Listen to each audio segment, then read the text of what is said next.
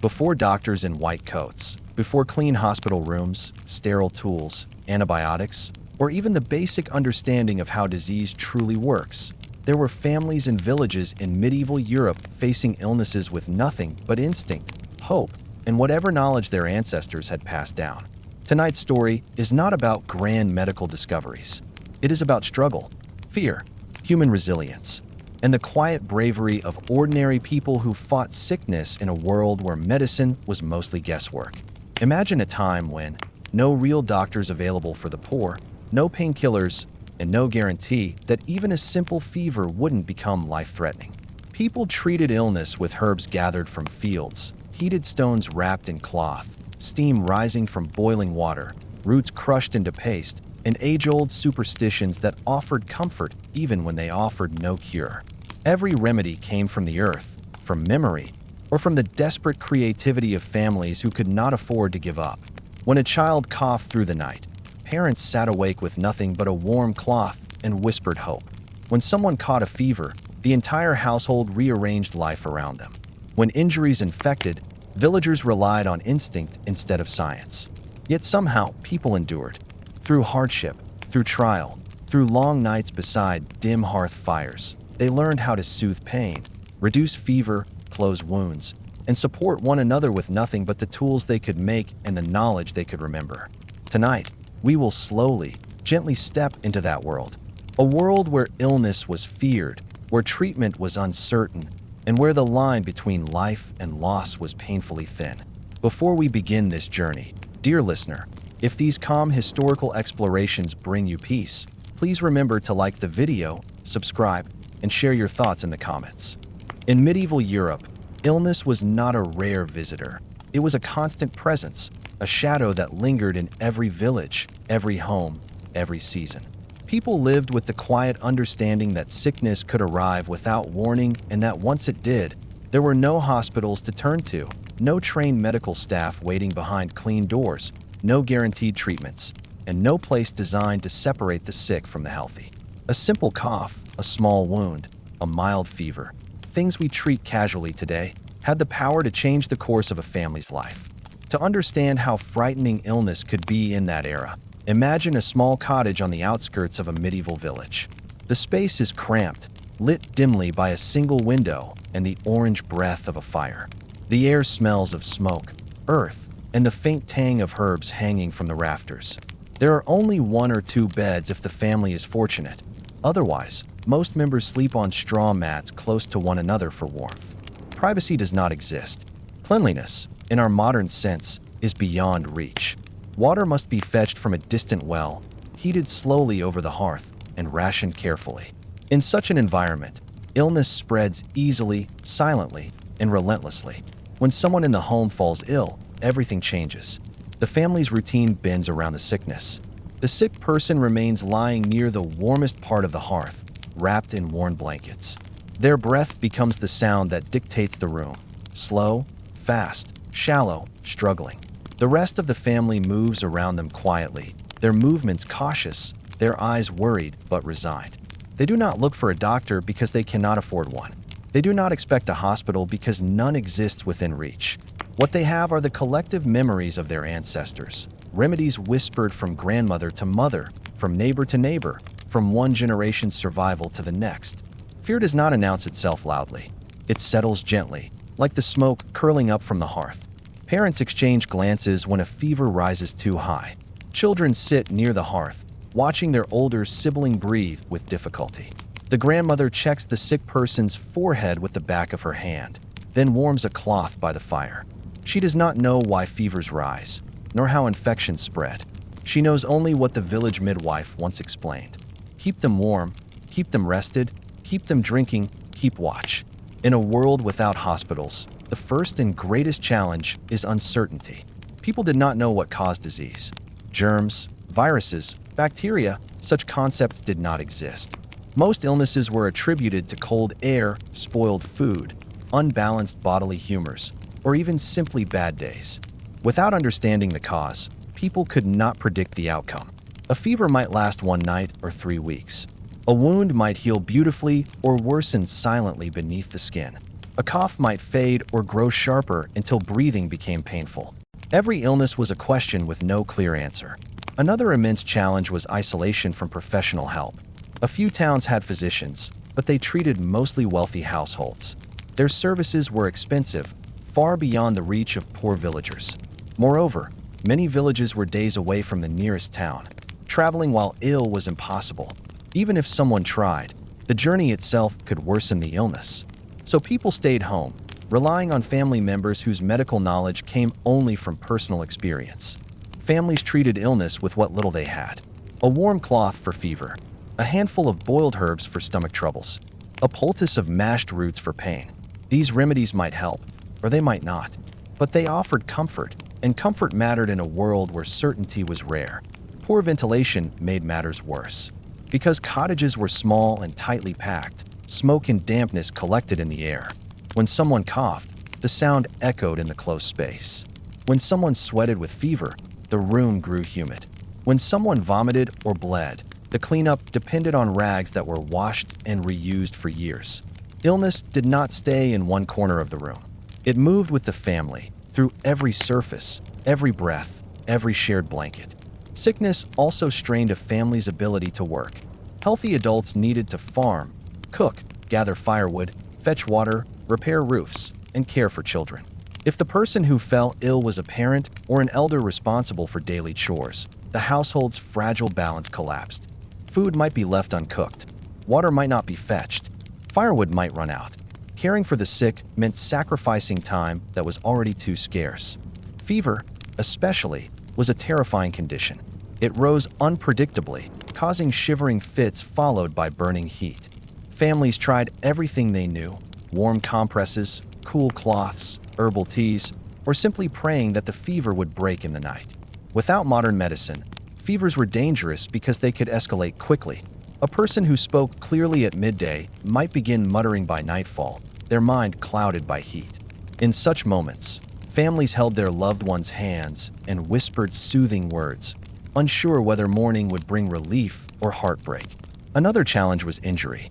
A cut from a farming tool, a broken bone from slipping on wet ground, a burn from the hearth, all could become deadly. Without hospitals or sterile treatments, wounds often became infected. Families cleaned injuries with boiled water or wine if they had any. They wrapped them with cloth and hoped for healing. Sometimes the wound improved. Sometimes redness spread, pain intensified, fever rose, and the family watched helplessly as infection became impossible to stop. The emotional toll of illness was immense. Children grew accustomed to seeing siblings fall sick. Parents lived with constant fear during winter, when colds turned quickly into life-threatening conditions.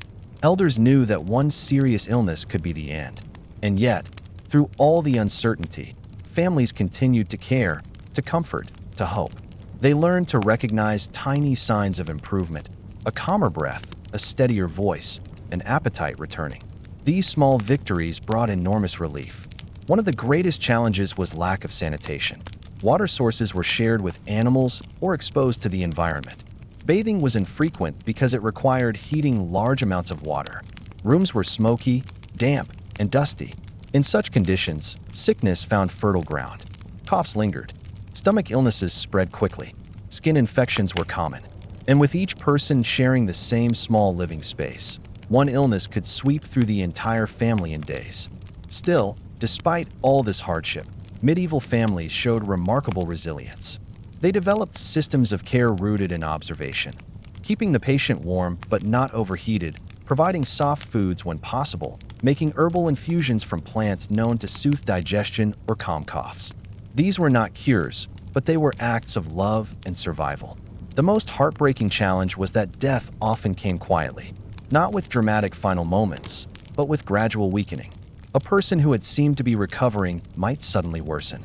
Families gathered by the hearth, speaking softly, holding hands, hoping for one more day, one more moment of clarity, one more shared memory. And when life slipped away, the home, already filled with illness, filled with silence. In a world without hospitals, illness was both a physical and emotional weight. It tested family strength, patience, endurance, and love. It revealed how fragile life could be when science was limited, tools were crude, and support was scarce. Yet it also showed the depth of human resilience, the determination to care for one another even when the outcome was uncertain. And so medieval families faced illness with courage shaped not by knowledge, but by necessity. They relied on warmth, rest, herbs, and hope. They comforted each other through nights that felt endless. They lived knowing that illness was a constant companion, and they survived because they faced it together.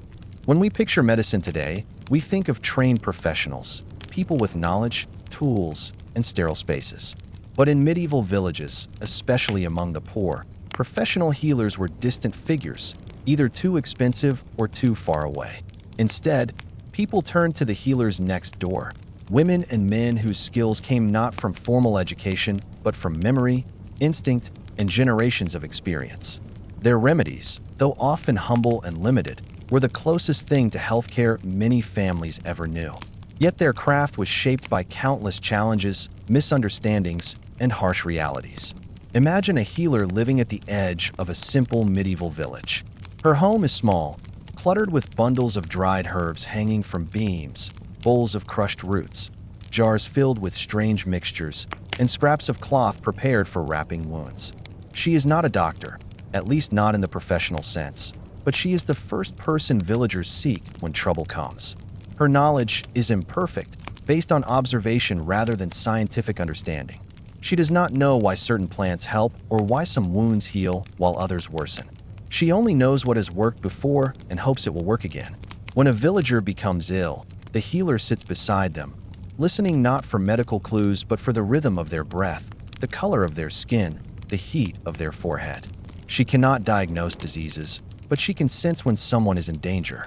Families trust her because she is familiar, someone who has seen birth, illness, injuries, and recovery many times. But even with her experience, her remedies are limited by what she can gather and prepare. Her treatments often begin with herbs, the primary medical tools of the medieval poor.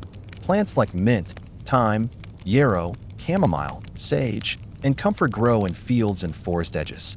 Each plant serves a purpose, easing stomach aches, calming coughs, reducing swelling, or helping wounds close. But gathering herbs is not simple. The healer must know where they grow, which leaves are safest, what time of year they bloom, and how to dry them properly. A single mistake, harvesting a plant too late, drying it incorrectly, or confusing it with something toxic, can turn a remedy into a danger. She crushes roots with stone tools, boils leaves in small clay pots, and creates poultices from mashed plants. Her fingers are stained with green oils. Her home smells of dried earth and bitter herbs. But even the best plants cannot cure everything. Herbal remedies soothe, but rarely heal fully. They lessen pain, but do not eliminate infection. They calm fever, but do not address its cause. Success depends as much on luck as on skill. One of the greatest difficulties the healer faces is lack of information. She knows certain herbs reduce swelling, but she does not know why.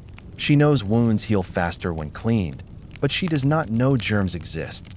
She has no way to explain why some fevers break on their own while others end in tragedy.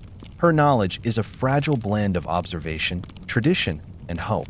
Often, she must choose remedies not because they are effective, but because they are the only thing available. Families often ask her to help with wounds, cuts, burns, bruises, and injuries from farm tools. She does what she can, boiling water to clean the wound, applying herbal salves, wrapping the injury tightly with clean cloth. But clean cloth is rare. Bandages are reused many times, washed as best as possible, but never fully sterile.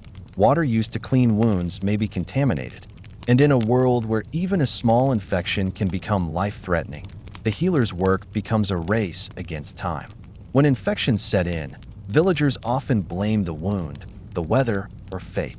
The healer tries new mixtures, changes bandages, adds compresses made from soaked herbs, or burns certain roots to create smoke she believes might purify the air. She cannot see the real enemy, the invisible bacteria invading the wound, but she feels the helplessness when swelling grows and fever rises. Sometimes she succeeds.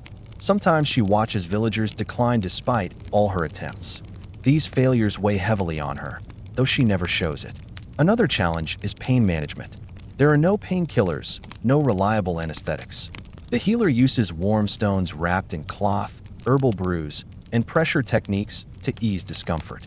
Sometimes she prepares mixtures meant to induce sleep or numbness, but these are unpredictable and dangerous in untrained hands. Villagers endure pain that would today require medical intervention. Broken bones are set by hand, using wooden splints tied with cloth. Dislocations are corrected through crude pulling methods. All of this occurs without proper tools or reliable knowledge, and the healer carries the burden of both responsibility and uncertainty. The healer's role expands beyond medical tasks. She becomes a counselor, offering comfort to families who fear losing someone. She sits beside the sick through long nights, listening to groans, changing cloths, tending the fire, whispering reassurance. Her presence alone provides a sense of stability, but the emotional toll is immense. She cannot save everyone. In fact, she loses more patients than she saves, not because she lacks dedication, but because she lacks the tools that modern medicine takes for granted. The healer must also navigate limited resources. Herbs are seasonal. Certain essential plants die off in winter. Droughts can devastate her supplies. Heavy rains can rot drying herbs. She often rations treatments, deciding which patient needs a remedy most urgently. When supplies run low, she forages desperately, searching forest edges for anything usable. But the land itself does not always provide. In harsh seasons, even her hands return empty. At times, she must improvise. If a herb used for fevers is unavailable, she substitutes with a weaker plant. If cloth is scarce, she tears her own garments. If boiling water is needed, she waits for the fire to heat slowly because fuel is limited. Every remedy requires time, effort, patience, and an understanding that even the best attempt may not succeed. The community relies on her, yet she often feels alone. She carries the worries of many households, tending to newborns, elders, wounded farmers, and coughing children. She answers knocks on her door at dawn and at midnight. She never refuses help because she knows the consequences. But she also fears illness herself. If she becomes sick, who will care for the villagers? Every cough she hears, every ache she feels, brings a quiet worry that she pushes aside to continue working. Her greatest challenge, however, is misdiagnosis, though she does not think of it in such terms. Without scientific understanding, symptoms blend together. Fevers that look alike but come from different causes, coughs that sound similar but stem from different conditions. She treats illnesses based on patterns she has seen before. Sometimes the treatment fits. Other times, she unknowingly worsens the condition. But people do not blame her. She is doing more than anyone else can. In many villages, knowledge about healing is shared among several individuals. Older women often hold herbal wisdom passed through generations. Midwives know how to deliver children safely, though even childbirth is fraught with danger. Yet despite this shared knowledge, treatment remains uncertain. Hundreds of years of trial and error have built a system that helps sometimes and fails often. The healer's struggle is not defined by ignorance alone.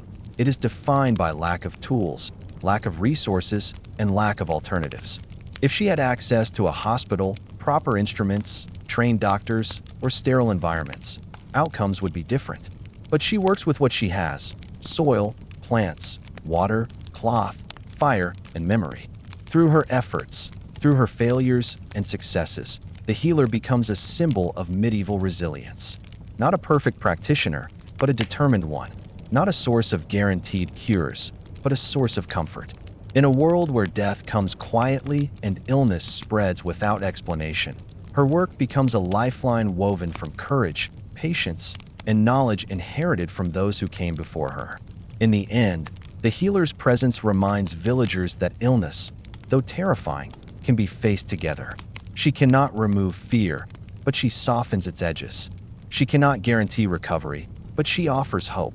And in a world without hospitals, sometimes hope is the strongest medicine of all. In medieval Europe, long before science could identify bacteria or explain infection, healing relied almost entirely on the natural world. The earth was a pharmacy, the forest a cabinet of medicines, and the people who gathered plants did so with care born from necessity. But using herbs to treat illness was not a gentle art. It was a quiet struggle, a fragile balance of what little was known, what little was available, and what little could be done. To picture this world, imagine a villager waking before sunrise. The air is cold, the sky still dark, and the cottage silent except for the breathing of the sick family member lying near the hearth. Their fever has not broken through the night. Their breath rattles faintly, their skin slick with sweat. The family has already tried warm compresses, cold cloths, and rest, but nothing has changed. So the villager prepares to go out and gather herbs, because herbs are all they have. Stepping outside, they walk toward the forest edge, where wild plants quietly thrive. They know which herbs to pick not from books or formal training, but because elders once showed them, guiding their hands and naming each leaf, each stem, each flower. It is knowledge passed down through whispered lessons, shaped by generations of survival, trial, and error. But gathering herbs is not simple. The villager must search carefully because many plants look alike and a mistake can be dangerous. Some leaves soothe pain, others aggravate it. Some roots calm fever, others cause stomach cramps. Every step in the gathering process carries risk. The risk of not finding enough, the risk of finding the wrong plant, the risk of not knowing how strong or weak the remedy will be this year. During harsh seasons, long winters, dry summers, sudden frosts, herbs become scarce. Plants wither, roots toughen, leaves lose potency, and flowers disappear altogether. A remedy that once helped may now barely have effect. In such times, healers and families learn to work with whatever they can gather, even if the herbs are weak or nearing the end of their usefulness. Once the villager returns home, they begin preparing the herbs. But medieval homes lack tools, clean surfaces, sharp knives, and measuring equipment. Preparation becomes improvisation. A stone serves as a grinder. A wooden bowl becomes a mixing vessel. A cloth wrapped around bruised herbs becomes a compress. Herbs are prepared in several ways. Boiling for teas. Leaves and roots are placed into a pot of water and boiled until their properties seep into the liquid. But boiling requires firewood, which is limited. Water must be fetched, warmed, boiled, and strained with cloth that might be reused dozens of times. Still, herbal teas are among the most common treatments, soothing fevers, calming coughs, and settling stomachs. Poultices for wounds.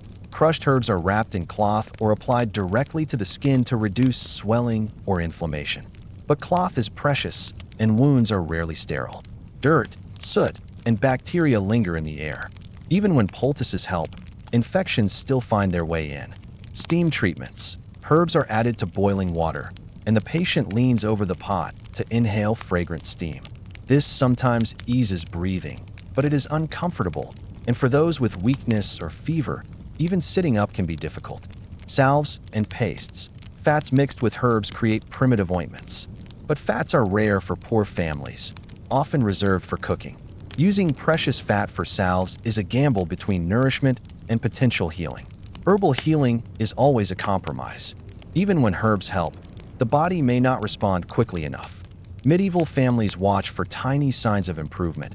A fever dropping slightly, a clearer breath, a bit of rest gained after a long night. They cling to these moments as victories because they know recovery is uncertain.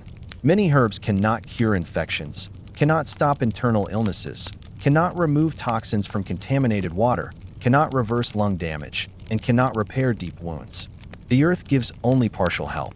Another difficulty lies in dosage. Without measurements, remedies are based on instinct. A handful of leaves, a pinch of dried roots, a bowl of hot tea. These are not precise amounts. A strong herb may overwhelm the stomach. A weak one may do nothing. Parents hesitate, unsure whether to give more or less. Healers adjust their mixtures experimentally, hoping not to cause harm. It is a world where medicine is not predictable but hopeful. Then there is the challenge of storage. Herbs must be dried, hung from beams, protected from dampness, insects, and mold. But medieval cottages are notoriously damp, especially in winter. Smoke from the hearth clings to everything, leaving herbs with a smoky scent. Some lose their potency. Others rot before they can be used. When sickness strikes in early spring, just before new plants sprout, families often face their weakest herb stores. Herbal remedies also require time, and time is a luxury not all patients have. Boiling, drying, mixing, steeping, these processes take hours or days. But illness moves quickly, especially in children, whose small bodies cannot withstand fever for long. Parents watch with desperation as water boils too slowly, herbs steep too gently, breaths grow too shallow. In these moments, hope stretches thin. The emotional burden of herbal healing weighs heavily on families. They want to help, but they know their tools are limited. They offer remedies with trembling hands, praying that something will work. They wait through the night, checking the patient repeatedly. They watch for signs that herbs have taken effect. A calmer expression, deeper breaths, a moment of rest. And when improvement comes, even slightly, relief washes over the room like sunlight after a storm. But when herbs fail, and they often do, the heartbreak is deep. Families feel helpless, not because they made mistakes, but because they had so few options. Herbs that soothed dozens before may suddenly fail for one person. Illnesses that responded previously may resist every attempt this time. The healer, though experienced, cannot control nature or foresee outcomes. Her hands can soothe, but cannot guarantee survival. Yet despite these hardships, herbal healing remains the cornerstone of medieval treatment for centuries. Not because it is perfect, but because it is all they have. And within this fragile system, people develop remarkable respect for the natural world. They learn when to gather roots, how to dry flowers, what season produces the strongest leaves, and which herbs soothe specific pains. Over time, communities create living libraries of knowledge, passed from one generation to the next. Herbs become more than medicine. They become symbols of hope. The smell of mint in boiling water becomes a sign of care. The crackle of dried sage in the fire becomes a sign that someone is trying. The warmth of chamomile tea becomes a moment of comfort in a frightening world. These small gestures form the emotional backbone of medieval healing. Still, the limitations remain. Herbs cannot replace hospitals. They cannot replace science. They cannot answer the deepest questions about why some people fall ill and others remain healthy. They cannot prevent epidemics or stop infections from spreading through entire households. They cannot combat contaminated water or poor sanitation. But they help, sometimes enough to save a life, sometimes enough to ease suffering, sometimes enough simply to give families the strength to endure another day. Herbal healing, then, is not a story of magical cures. It is a story of persistence, a quiet agreement between humans and nature that even in the face of illness, they will keep trying. And in that effort, in that gentle determination to heal with whatever the earth provides, medieval people found a kind of courage that still speaks to us today. In medieval Europe, illness did not just impact the sick person. It reshaped the entire household. Without hospitals, without trained nurses, without clinics to step into, families became the sole caregivers. Every mother, father, sibling, and grandparent transformed into a healer, a watcher, a caretaker, and an emotional anchor. Caring for the sick at home was an exhausting, often frightening responsibility, and the challenges went far beyond preparing remedies or offering comfort. It required time, strength, resourcefulness, and the ability to endure nights that felt impossibly long. To understand the full weight of home care in the medieval world, imagine a small, dimly lit cottage. A sick child lies on a straw mattress near the hearth, because warmth is one of the few treatments the family knows. Their breathing is shallow. Their forehead burns with fever. A bucket of water sits nearby, warmed by the fire. Damp cloths, old and frequently reused, are draped over the sick child's neck. A handful of herbs steep in a clay pot. The mother sits by the bedside, watching every breath with tension in her own. She cannot sleep, because the illness might worsen at any moment. She cannot leave, because no one else knows the child's condition as closely as she does. The father works outside, gathering firewood or tending to chores even though fatigue weighs on him. Other children whisper quietly, unsure how to act, frightened by the change in the household's rhythm. This is the beginning of care, the moment illness enters the home and rearranges everything. One of the greatest challenges of caring for the sick was constant supervision. Without professional help, families needed to monitor their loved ones continuously. Illness could shift rapidly. A fever that seemed stable could spike suddenly. A cough could deepen into something dangerous. A wound that looked clean in the morning might show signs of infection by afternoon. There were no health monitors, no thermometers, no charts to track progression. Every observation relied on the caregiver's memory and instinct. Nighttime was especially difficult. Most illnesses worsened when the world grew silent and cold. Families took turns staying awake, though exhaustion often pushed them to the edge of collapse. Falling asleep for even a short moment felt risky. Caregivers feared waking up to find the patient worse or gone, so they sat upright, listening to the crackling fire and the patient's unsteady breathing. Each sound carried meaning: a groan, a cough, a shift in posture. Silence was the most terrifying sound of all. Another challenge was lack of hygiene and sanitation, which made home care incredibly difficult. Bedding was reused for years, often damp from smoke or weather. Straw mattresses collected dust, insects, and old sweat. Cloths used to wipe fevered brows or clean wounds were washed in water that might not be clean. Floors were made of dirt or packed earth. Smoke filled the room, irritating lungs already struggling with illness. Without clean air or sterile conditions, recovery became harder, infections more likely, and fevers more dangerous. Even preparing healing remedies was complicated by the conditions of the home. Boiling water took time. Heating herbs required patience. Clay pots cracked unexpectedly, spilling precious mixtures onto the floor. Tools were limited, meaning caregivers often had to improvise. Crushing herbs with stones, straining liquids through frayed cloth, stirring mixtures with wooden spoons darkened by smoke. Caring for the sick also meant sacrificing daily responsibilities. In medieval life, every person had essential tasks.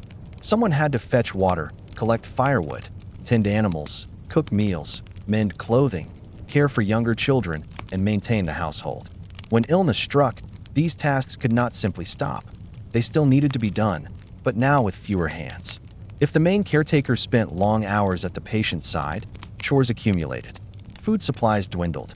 Firewood piles shrank. Clothing went unmended. Younger children were left to entertain themselves or help with tasks they barely understood. The entire rhythm of survival faltered.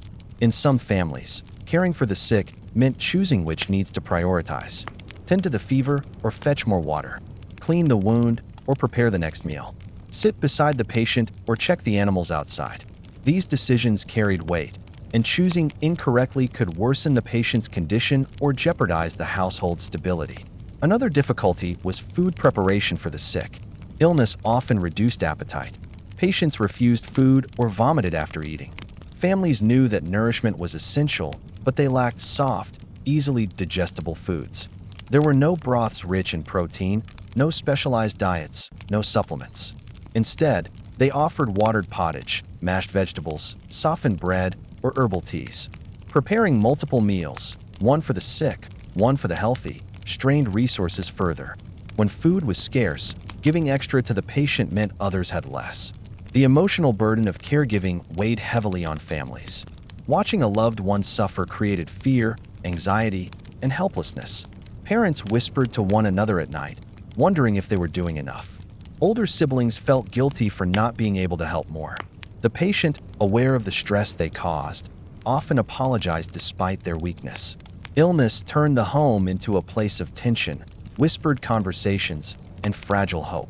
There was also the challenge of transmitting illness. In such close living quarters, sickness spread easily. A single cough could infect several family members. If a parent fell ill, the burden shifted dramatically. The household's caretaker needed care themselves. Children might step into roles far beyond their years, tending to parents or siblings with trembling hands. Illness became a chain reaction, each link weakening the next. Isolation was not possible. Rooms were too small, beds were shared, warmth was too scarce to separate the sick from the healthy. Air circulated poorly. Blankets moved from one person to another. Cups and bowls were communal. Families tried to protect themselves, but circumstances made it nearly impossible. Despite all these hardships, medieval families developed remarkable caregiving traditions. They kept patients close to the hearth to maintain body heat, massaged limbs to improve circulation, spoke softly to keep the sick calm, used touch and presence as comfort, monitored small changes with extraordinary attentiveness. Caregivers developed intuition, recognizing signs of improvement or decline long before they could explain them. They became experts in observing sweat patterns, breathing rhythms, skin color changes, and fluctuations in energy. But even with their skill and dedication, they carried a constant fear. What if I cannot save them? Caregivers knew that illness could take their loved ones despite their best efforts. They knew they might wake one morning to find the fever gone and the patient slipping away. They understood that exhaustion could interfere with judgment. They recognized that their home lacked the resources needed to combat serious disease. Yet they persevered. This perseverance is perhaps the most powerful element of medieval caregiving. Families fought for each other with the tools they had: warmth, herbs, water, cloth, presence, and love. They did not surrender to illness simply because they lacked hospitals. They adapted. They learned. They watched. They cared. And in many cases, their efforts worked. A fever broke. A wound closed. A cough faded. A patient regained strength and returned to daily life. These moments brought profound relief. Tears of joy, laughter, renewed energy, and renewed faith in the family's ability to endure hardship. But every recovery carried a reminder: illness would return someday. And when it did, they would face it again with the same unwavering determination. Caring for the sick at home, then, was more than a duty. It was a test of endurance, love, and resilience. And it shaped the emotional landscape of medieval life in ways we still recognize today. In medieval Europe, one of the greatest threats to life was not war, famine, or even harsh winters. It was infection, a silent enemy that no one could see, understand, or fully prevent. A simple cut, a scraped knee, a burned hand from the hearth, or a blister from working in the fields could become the beginning of a long, painful struggle. Without hospitals, without antiseptics, without antibiotics, and without knowledge of microbes, medieval people were forced to confront infection in the dark. Their bodies fought invisible dangers while their families did everything they could with tools as limited as cloth, water, herbs, and hope. To understand the scale of this challenge, imagine a common scene: a farmer returning from the fields with a small cut on his hand. It happened while gathering firewood, a minor slip of a rough branch. The wound stings but seems unimportant. He rinses it quickly with water from a nearby stream and continues working. In a modern world, this cut would heal in days. But in a medieval world, where water sources are not clean, where soil carries unknown diseases, where hands are unwashed, and where tools are used by many, the cut quietly becomes a gateway. The next morning, the farmer notices swelling. His hand feels warm.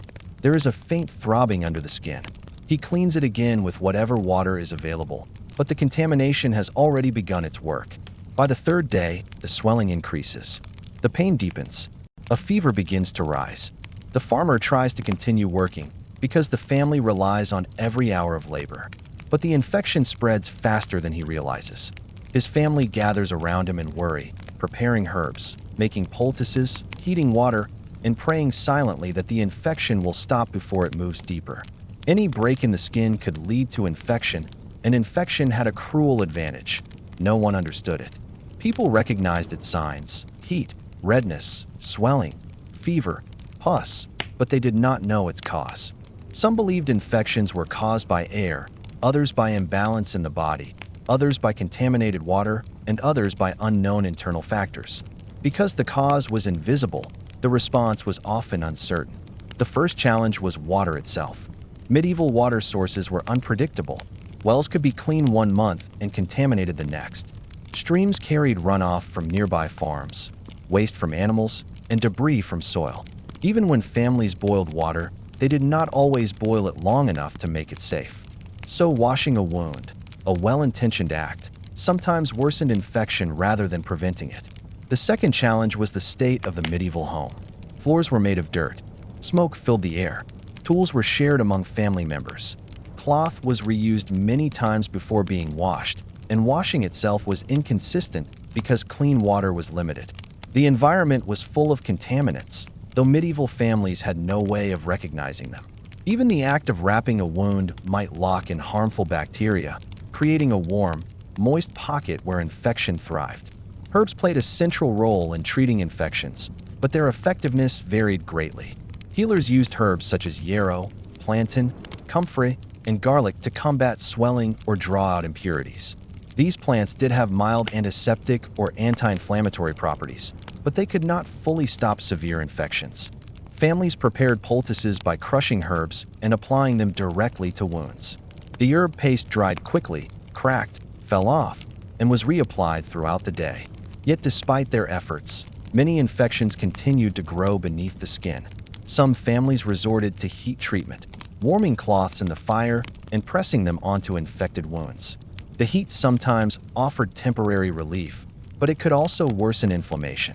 Cold cloths, dipped in cool water, soothed the surface but did little for deeper infections. Both methods were attempts to control something they could not see. One of the most dangerous complications was abscess formation. When infection gathered into a pocket of pus under the skin, the area grew firm, then soft, then unbearably painful. Medieval people called these swellings boils, blains, or bad bumps. They did not know the cause, but they knew that once an abscess formed, the patient faced days or weeks of suffering. The pressure built until the boil burst naturally, or had to be opened manually. And this led to one of the most harrowing aspects of medieval medicine. The family, not a doctor, was responsible for draining infections. Using a sharp object, a knife, a thorn, a sharpened bone, they attempted to open the abscess. They did this not because they understood the biology, but because they had watched others do it with success. The process was terrifying. The tools were not sterile. The pain was immense. The risk of making the infection worse was high. But without drainage, many infections simply spread deeper, becoming deadly. In some cases, infection reached the bloodstream. Families could not see the internal battle unfolding, only the outward signs: a sudden spike in fever, delirium, rapid breathing, weakness, and a sense that the person was slipping away. They tried everything: warmth, herbs, prayers, rest, but once infection moved inward, recovery was rare. Entire families watched helplessly as a loved one who appeared healthy days earlier declined before their eyes. Another common danger was tetanus, though medieval people did not know its name. A small wound contaminated with soil could lead to muscle stiffness, jaw locking, spasms, and ultimately death. Families believed the illness came from cold air or bad fortune. They tried soothing baths, herbs, and massages, but none helped. The disease ran its course relentlessly, leaving households devastated and full of unanswered questions. Because infection was invisible, unpredictable, and often unstoppable, families developed rituals of vigilance. They checked wounds repeatedly, looking for signs of worsening. Was the redness spreading? Was the swelling rising or softening? These observations became silent conversations within the household. Parents whispered anxiously. Elders shared stories of past wounds that healed or did not. Children learned early to treat injuries with caution, but accidents were inevitable in a world full of sharp tools, rough surfaces, and physically demanding labor. Even healers, experienced as they were, faced tremendous limitations. They recognized infections, but they could not prevent them. They applied poultices, but outcomes varied. They cleaned wounds, but their methods were imperfect. They reassured families, but they knew deep down that some infections were beyond their reach. In such moments, healers carried the emotional burden of responsibility without the power to guarantee results. In many villages, people believed that the body itself decided whether to fight or surrender. They observed that some individuals healed quickly from severe injuries, while others declined from minor ones. Without the concept of immune systems, they described these differences as strong constitution or weak nature. These interpretations brought some comfort, but no clarity. Children were especially vulnerable. Their skin broke easily, their bodies weakened quickly, and infections overwhelmed them faster than adults. Parents lived in constant fear of childhood injuries. Even a scraped knee was treated with caution. Still, many children carried scars or swelling from past infections that healed imperfectly. Some lived with chronic pain. Others developed lifelong disabilities. Families accepted these outcomes as part of life, not because they lacked compassion, but because they lacked alternatives. Yet despite the immense challenges, medieval families did not surrender to infection. They fought with what they had: herbs, heat, careful cleaning, patience, and determination. They nurtured the sick with warmth and vigilance. They shared knowledge across generations, refining techniques slowly through experience. And sometimes, the body healed. A swollen wound drained and closed. A fever broke. A boil shrank. A child regained strength. These victories felt miraculous not because they were rare, but because they were never guaranteed. Families celebrated quietly, with relieved smiles, heartfelt thanks, and renewed strength to face the next challenge. Infection, then, was not merely a medical problem, it was a daily test of resilience. A reminder that life in medieval times balanced constantly on the edge between harm and healing. A struggle waged without understanding, without tools, and without certainty. And through that struggle, medieval families learned a profound truth. When medicine is limited, care becomes the most powerful treatment of all. In the medieval world, almost every illness, no matter how small it began, carried the potential for long, exhausting recovery. People did not simply get a fever or catch a cold. They entered a slow, uncertain journey through days or weeks of weakness, shivering, sweating, coughing, or drifting in and out of clarity. Without hospitals or medicine, recovery depended entirely on the body's strength, the caregiver's dedication, and a fragile balance of warmth, rest, and nourishment that was difficult to achieve in poor households. To understand what recovery truly looked and felt like in that era, imagine someone lying in bed after days of fever. Their body is drained of energy. Muscles feel heavy, almost foreign. Every breath requires effort.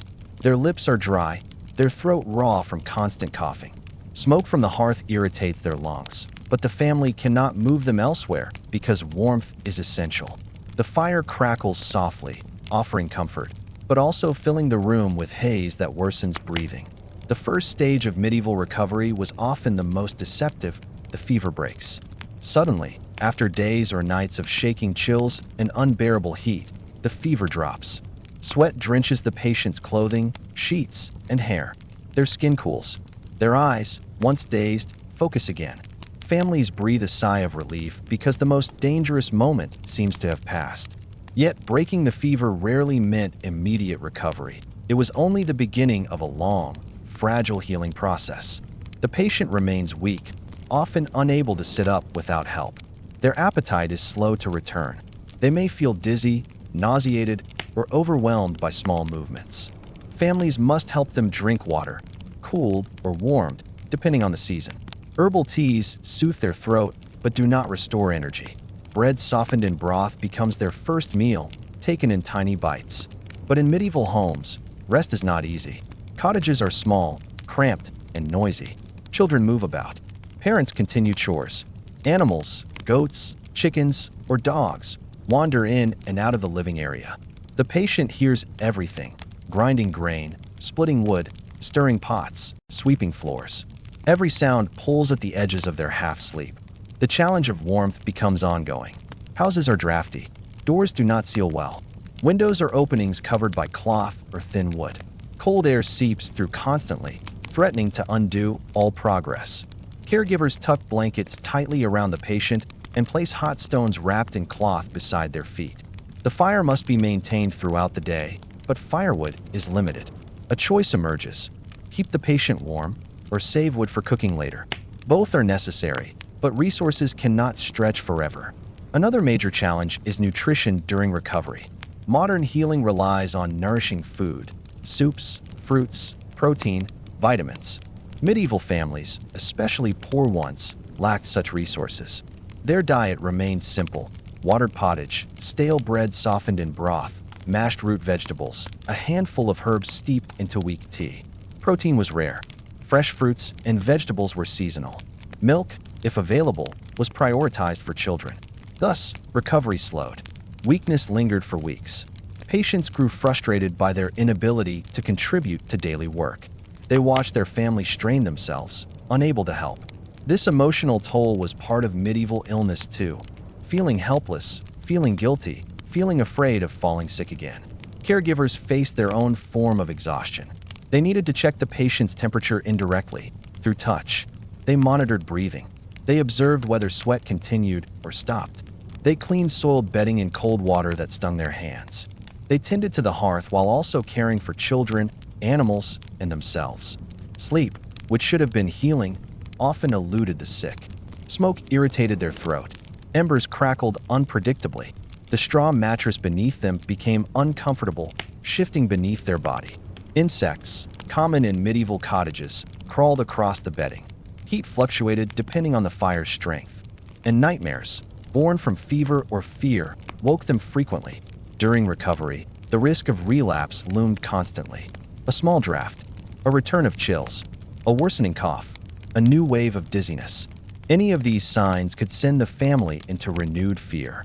They had seen many recover briefly only to decline suddenly, unable to fight a second wave of illness. Another problem was stagnation of the sickroom air. Because opening windows let in too much cold, families kept them shut. The room grew stuffy. Breath, sweat, smoke, and moisture filled the air. The patient's lungs worked harder. Breathing remained shallow. Coughs persisted. In houses with thatched roofs, dust floated down whenever the wind shook the structure.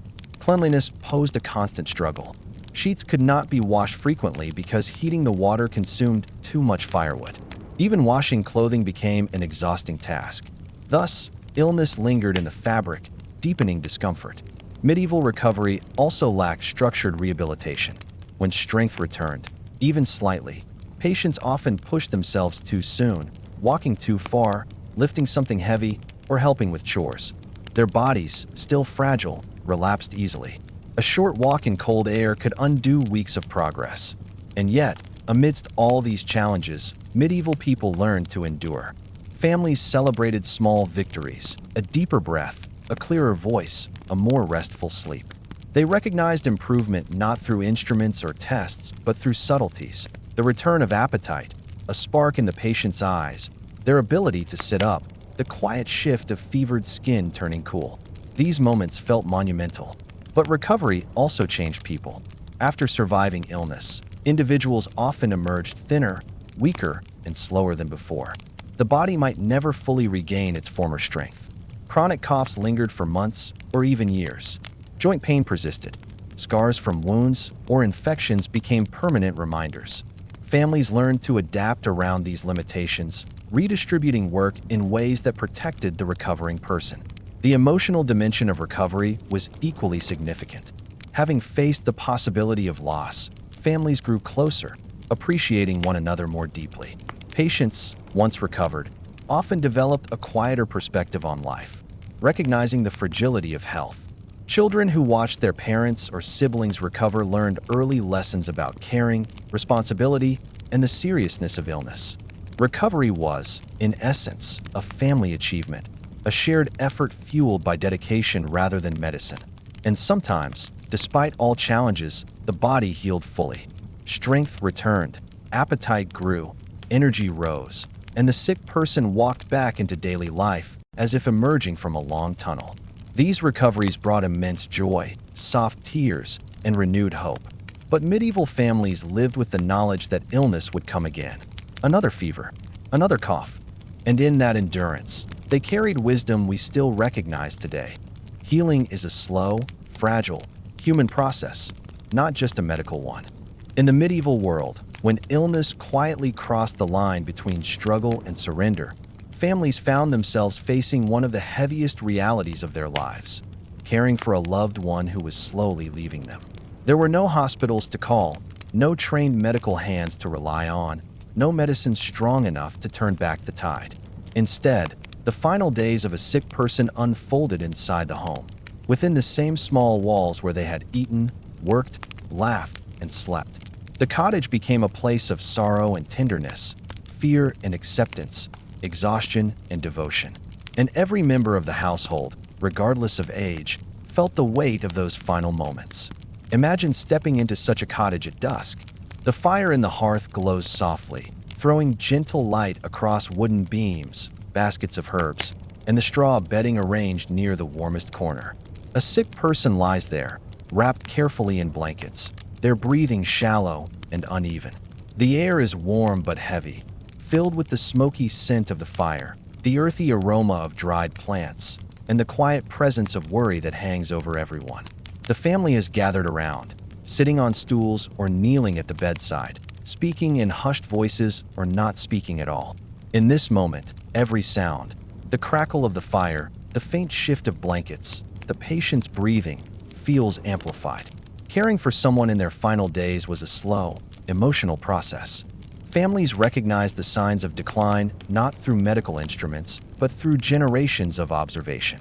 They noticed how the patient slept more, spoke less, and struggled with even the slightest movement. They saw how the body grew thinner, the eyes lost their usual sharpness, and the voice softened to a whisper. These changes did not happen suddenly. They arrived gradually, day by day, until the family understood, without needing to say it aloud, that recovery was no longer possible. The house changed as soon as this understanding settled in. Tasks that once filled the day were rearranged to prioritize caregiving. More firewood was brought inside, because warmth was one of the few comforts the family could offer. Bedding was cleaned as best as possible, even if the water was cold and heavy to carry. The patient was moved closer to the hearth to keep the chill away. Neighbors visited more frequently, offering jars of herbs, extra blankets, or simply their presence. People understood that this was a time of preparation, not in a ceremonial sense, but in the quiet acceptance that someone they loved needed them more deeply than ever. Families devoted themselves fully. Someone always stayed close, holding the patient's hand, brushing their hair from their face, or adjusting a blanket. They offered small sips of warm broth or water, helping the patient swallow when it became difficult. They refreshed cloths dipped in warm water to soothe dry lips and cool a fevered brow. These gestures were not cures, they were acts of tenderness, ways of easing discomfort and showing that the sick person was not alone. But caregiving came with many challenges. Sleep became a luxury. Nights were long and quiet, punctuated only by the patient's shallow breaths or a weak attempt to shift positions. Caregivers stayed awake even when exhaustion pulled at their eyelids.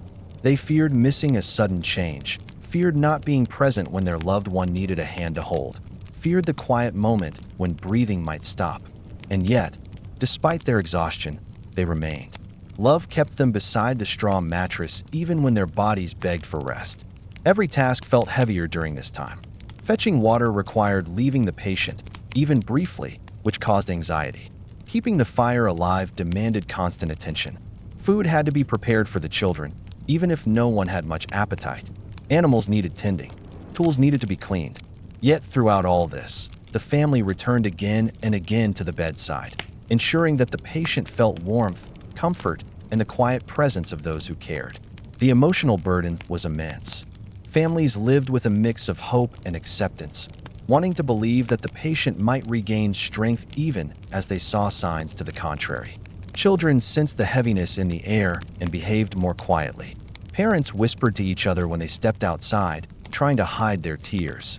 Elders offered comforting words born from their own experiences with illness and loss. Medieval life, for all its hardship, had taught people that death was a natural part of the cycle, but this knowledge did not lessen the sadness. Pain management was another challenge. Without modern medicine, the family had only herbs to ease discomfort. Warm compresses helped soothe aching limbs. Gentle massage calmed tense muscles. Herbal teas brought mild relaxation. Nothing erased discomfort entirely, but the family continued trying.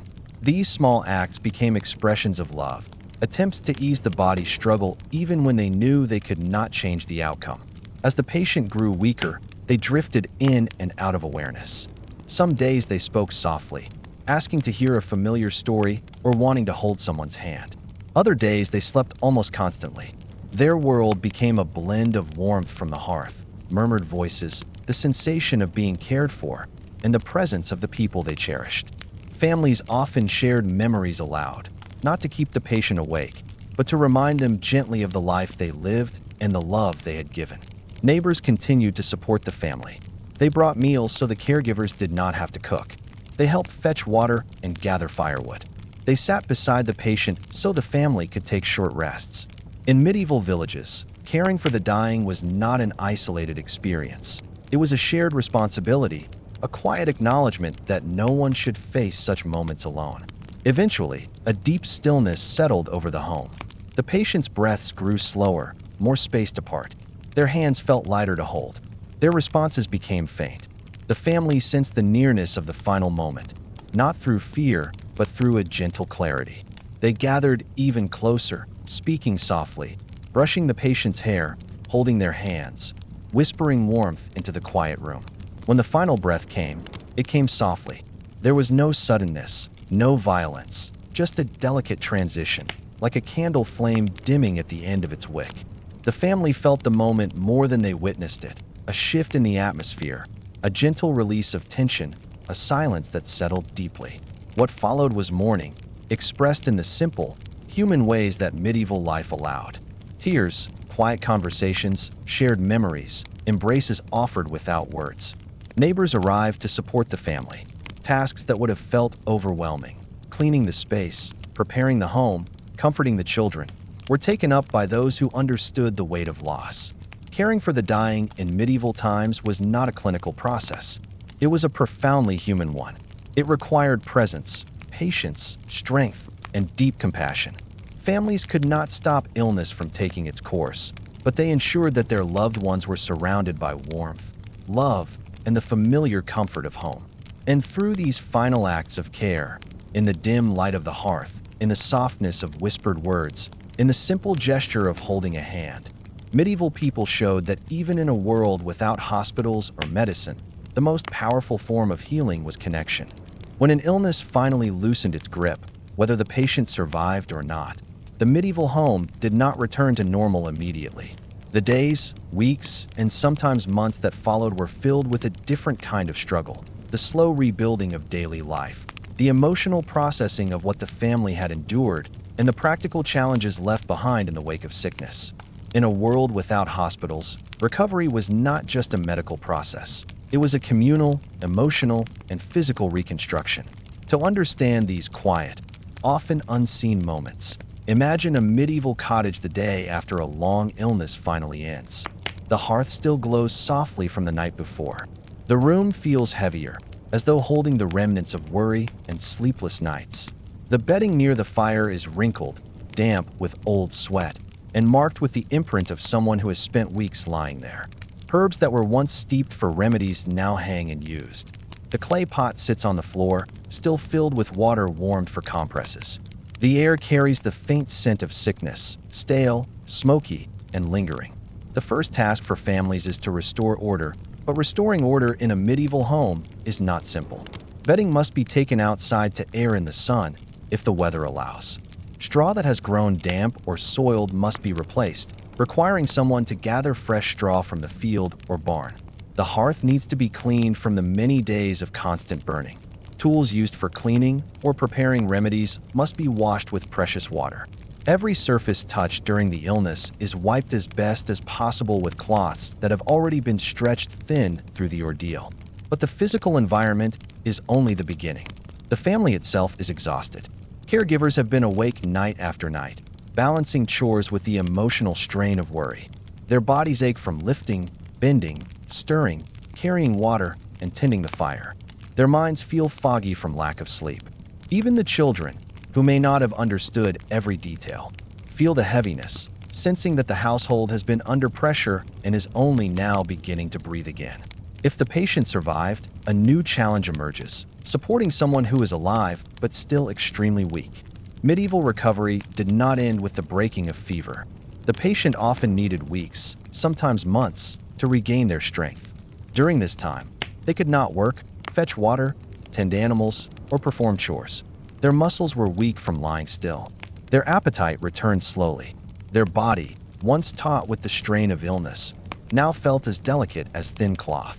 Families assisted them with simple tasks, helping them sit, walk, eat, or wash. But every moment of care required time and effort, and time was something medieval households had little of. Fields needed tending, work needed doing, livestock needed feeding, roofs needed repairing, food supplies needed replenishing. The slowed pace of the recovering person often meant someone else took on double responsibility. If the patient did not survive, the challenges shifted in a different direction. The emotional weight deepened, becoming more isolating, more sorrowful, and more permanent. But even in grief, practical needs demanded attention. Funeral preparations required coordination. The bedding of the deceased needed to be handled respectfully and safely. The space where they had lain became a quiet reminder, a place families often struggled to approach in the first few days. Whether the patient lived or died, another major challenge waited: reintegrating into village life.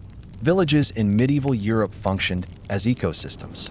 When someone was sick, neighbors stepped in to help, but their assistance could only go so far. They had their own families and workloads. As soon as the home emerged from the crisis, people expected life to resume.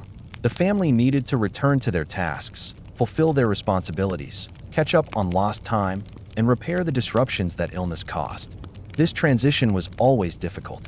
If the illness had lasted weeks, fields might have gone untended, crops might have wilted, harvests might have been delayed, food stores might have been depleted, firewood piles might have run dangerously low, clothes might have gone unmended, and tools unrepaired.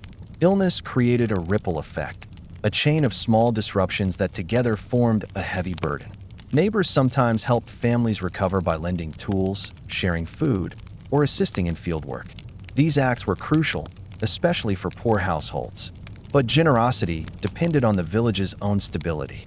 If several households faced illness or famine simultaneously, help became scarce. The weight of recovery pressed more heavily on families who were already fragile. Emotionally, the aftermath of illness was a complex mix of relief, fear, and uncertainty. Families felt grateful when a loved one survived, yet they lived with the quiet fear that illness might return. They watched for every sign, every cough, every chill, every moment of fatigue. Their minds replayed the days of sickness, aware of how quickly life had changed and how easily it could do so again. Children reacted differently depending on their age. Younger ones often bounced back quickly, their minds too flexible to hold onto the fear for long. Older children, however, carried the weight more heavily. They remembered the tension in their parents' voices, the stillness of the sick room, the exhaustion that hung over the home. These experiences shaped their understanding of responsibility, teaching them early that illness was a powerful force in life. The recovering patient also carried emotional marks. Some felt grateful for every simple movement, standing without dizziness, swallowing without difficulty, breathing without pain. Others felt guilt for the strain they had placed on their family. Many feared falling ill again, especially during winter or periods of famine. They moved through life more carefully, aware of their fragility. Illness also shaped relationships. Families grew closer during periods of intense caregiving, bonded by shared effort and emotional vulnerability. But the stress could also create tension. Caregivers who were overwhelmed or exhausted might withdraw. Siblings might feel neglected while attention focused on the sick person. Parents might disagree on remedies or caregiving methods. These tensions usually softened over time, but they left traces. The physical environment of the home needed time to return to normal as well. The smell of sickness lingered. Herbs used during treatment hung from the rafters, reminders of long nights spent preparing remedies. The straw bedding, once freshly gathered, had become flattened and damp. The room where the patient had lain felt both familiar and changed, a place touched deeply by worry and relief. One of the most difficult challenges in the aftermath of illness was the loss of time. Medieval survival depended on constant work. Missing even a few days could disrupt essential tasks. Missing weeks or months could threaten the family's stability. After illness, families worked intensely to catch up, repairing fences, harvesting crops quickly, patching roofs before storms, restocking firewood before winter. This rush created physical exhaustion and emotional strain, especially when combined with the lingering weakness of the recovering patient. Yet despite these hardships, medieval communities showed remarkable resilience. They accepted illness as an unavoidable part of life, and they developed quiet strategies for rebuilding afterward. They relied on one another, not through formal systems, but through human connection. They adapted their routines. They absorbed the emotional impact and continued forward. And they made space for grief and gratitude in equal measure. For families who survived illness, the aftermath became a long lesson in the strength of togetherness. They learned that recovery did not end when the fever broke or when the final moment passed. It continued in the daily acts of rebuilding, sweeping floors, preparing meals, warming the hearth, restoring the home's rhythm, and rediscovering moments of laughter after weeks of silence. In the medieval world, where medicine was limited and life was uncertain, the aftermath of illness revealed something profound: that healing is not only a physical process, but a communal one, a slow return to balance, carried by the hands and hearts of those who remain. In medieval Europe, where hospitals were rare and formal medical training was reserved for a distant elite, healing knowledge survived through the most human method of all: generations teaching generations. Everything a family knew about illness, how to soothe fever, how to clean wounds, how to prepare herbs, how to comfort someone in pain, was not written in books or explained by experts. It lived in memory, in observation, in stories shared beside the hearth, and in the quiet repetition of old practices learned through necessity. To understand how vital this passing of knowledge was, imagine a medieval village at sunset. Children sit near the fire while elders sift through bunches of dried herbs, separating leaves from stems, crushing roots, and explaining which plants help calm a cough and which ones soothe aching limbs. Their voices are soft but steady, shaped by decades of tending to illness in homes like these. Children watch closely, not because they are forced to, but because they know that someday they might be the ones who must act when sickness comes. There is no doctor to call, no hospital to visit. All they have is what they learn here. This learning does not happen in moments of crisis, though crisis forces them to use it. It happens in small scenes throughout everyday life. A mother shows her daughter how to hold a warm cloth without burning herself. A grandfather explains to his grandson how to recognize a dangerous swelling. Older children observe their parents stirring herbs into boiling water, watching how long the mixture steeps and how carefully it is strained. The information accumulates slowly, almost invisibly, until one day the child becomes the adult who knows what to do. One of the striking realities of medieval healing knowledge is how deeply personal it was. Different families used different remedies. Different villages taught different techniques. Even neighboring households might disagree on the best herb for a fever or the most effective way to soothe a cough. Without books or standard rules, knowledge was shaped by experience. Whatever had worked before, whatever elders trusted, whatever had saved a life or eased suffering in the past. But this personal nature also created challenges. When knowledge depended entirely on memory, mistakes could happen. A child might misremember which root to boil. A teenager might confuse two plants that looked similar. Someone might forget how long to heat a compress or how often to change a poultice. And because herbs varied from season to season, families sometimes misjudged their strength.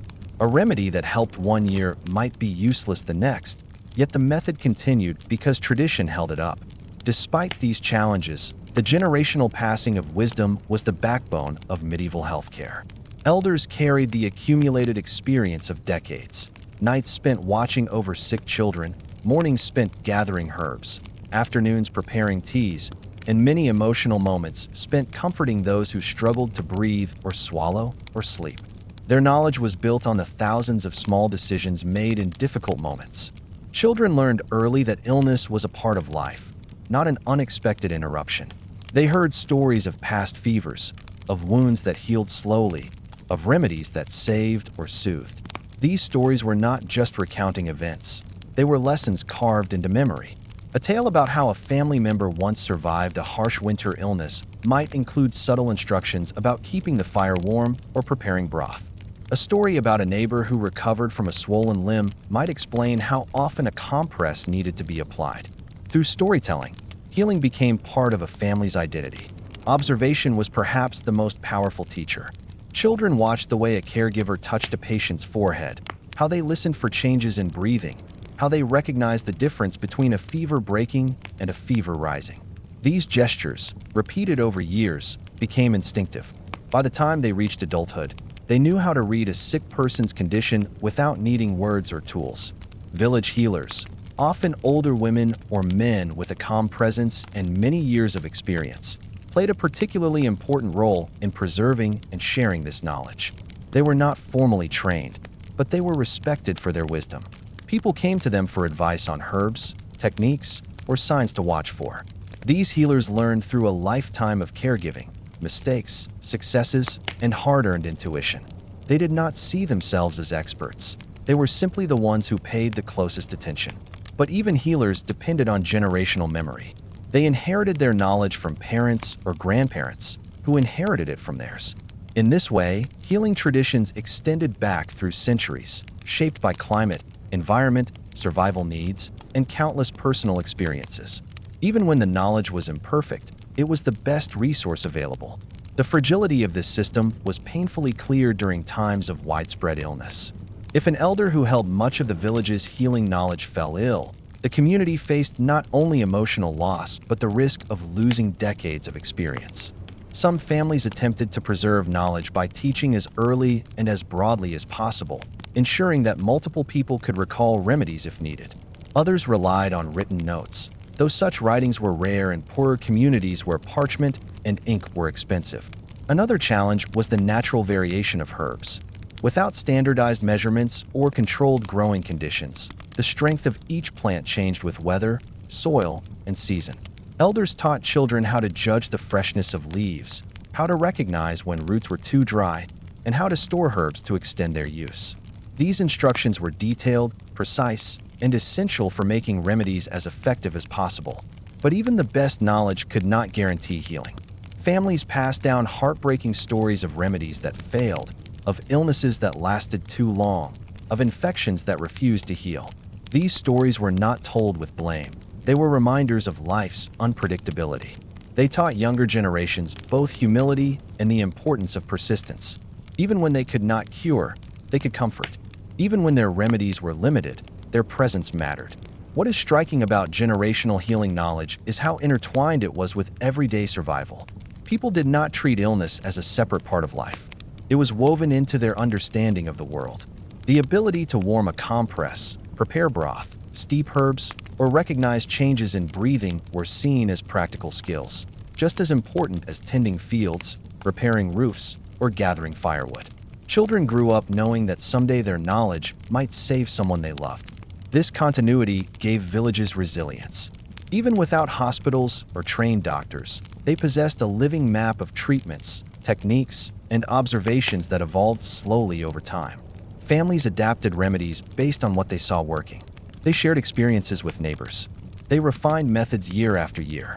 And though they never reached scientific precision, they built an emotionally rich, deeply human system of caregiving. The passing of healing knowledge also strengthened bonds between generations. Elders felt valued for their wisdom. Adults felt responsible for preserving it. Children felt included in something important. In a world filled with uncertainty, this shared knowledge created a sense of continuity, a thread connecting past, present, and future through care. And perhaps that is the heart of this chapter. Medieval healing was not just about herbs and remedies. It was about teaching, watching, remembering, passing wisdom from one pair of hands to the next. The absence of hospitals did not mean the absence of medicine. It meant that medicine lived in people, in their stories, their gestures, their memories, and their quiet determination to protect those they loved. As we reach the end of this long, gentle journey through medieval illness and healing, a quiet truth begins to rise like the first light after a long night. Medicine, in those days, was not built from stone walls, instruments, or formal knowledge. It was built from people. Every chapter we've explored, from the first signs of sickness to the uncertain moments of recovery, from the fragile use of herbs to the emotional weight of caregiving, shows us how deeply healing depended not on tools, but on hands, hearts, and human connection. People in medieval Europe faced illness with almost nothing. No hospitals, no trained nurses, no advanced medicines, no explanations for invisible dangers. And yet, they managed to care for one another with remarkable patience, creativity, and tenderness. They improvised remedies from the earth, watched over their sick with sleepless devotion, and shared knowledge across generations so that no family would ever face illness completely unprepared. They endured fear with calm persistence. They endured exhaustion with quiet strength.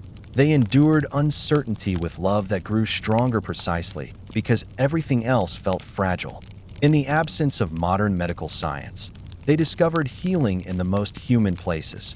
In a warm hand laid gently on a fevered forehead, in the glow of a hearth kept alive through the night, in whispered reassurances spoken when words were difficult, in memories passed down so future generations would not feel lost. Illness, in medieval times, was not just a physical struggle. It was a shared emotional experience that shaped families and communities. Homes became places of courage. Villages became networks of support. Elders became living libraries of wisdom.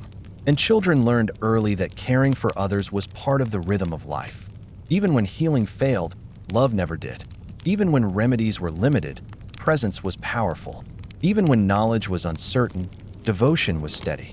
And perhaps this is the greatest reminder medieval life leaves for us today. Healing is more than medicine. It is companionship, patience, endurance, and empathy. As you drift into rest, let this quiet realization stay with you that for centuries, people cared for each other not because they had the right tools, but because they understood the value of being there, fully and gently, when someone needed them most. Thank you, dear listener, for spending this calm journey with me. If this story brought you peace, insight, or comfort tonight, I invite you softly to leave a like, subscribe for more soothing historical journeys, share a comment about which chapter touched you most. Your support helps this peaceful corner of the world grow. Sleep well, traveler, and until our next quiet story, good night.